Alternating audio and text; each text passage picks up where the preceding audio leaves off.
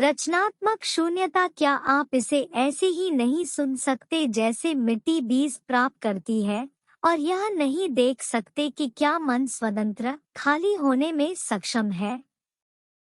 यह केवल अपने सभी प्रक्षेपणों, अपनी गतिविधियों को समझकर ही खाली हो सकता है, कभी कभार नहीं, बल्कि दिन प्रतिदिन, पल पल। तब आपको उत्तर मिल जाएगा। तब आप देखेंगे कि परिवर्तन आपके पूछे बिना आता है। रचनात्मक शून्यता की स्थिति विकसित होने वाली चीज नहीं है, यह वहाँ है।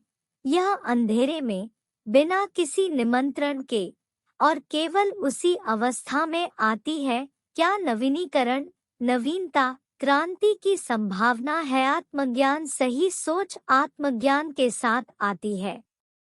स्वयं को समझे बिना आपके पास विचार का कोई आधार नहीं है।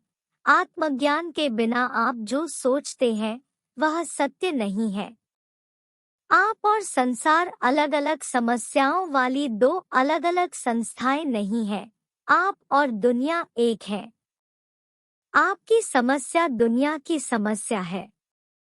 आप कुछ प्रवृत्तियों, पर्यावरणीय प्रभावों का परिणाम हो सकते हैं, लेकिन आप मौलिक रूप से दूसरे से भिन्न नहीं हैं। अंदर से हम बहुत हद तक एक जैसे हैं।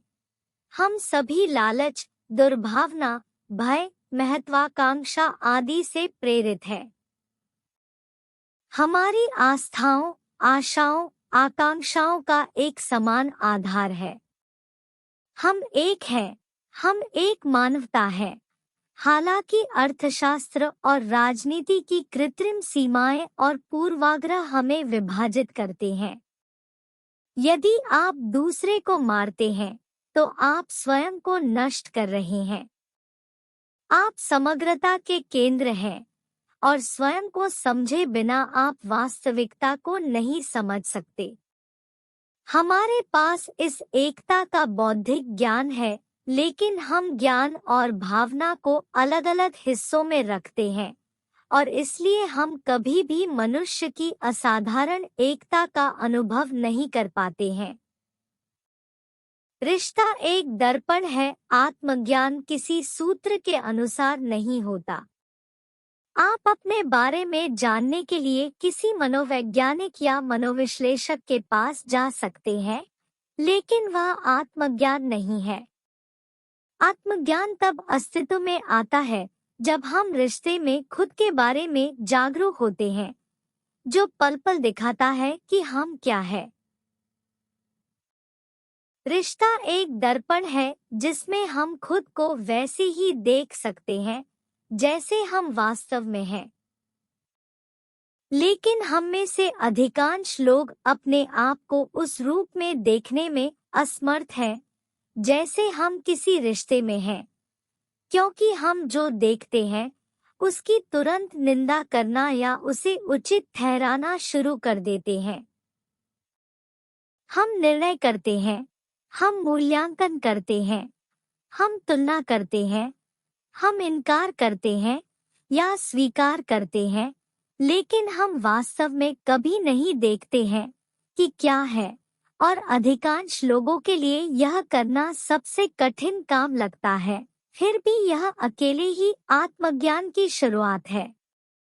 यदि कोई रिश्ते के इस असाधारण दर्पण में स्वयं को वैसा ही देखने में सक्षम है जैसे वह है, जो विकृत नहीं होता है, यदि कोई इस दर्पण में पूरे ध्यान से देख सकता है और वास्तव में जो है उसे देख सकता है, बिना निंदा, बिना निर्णय, बिना मूल्यांकन के इसके प्रति जागरूक हो सकता है।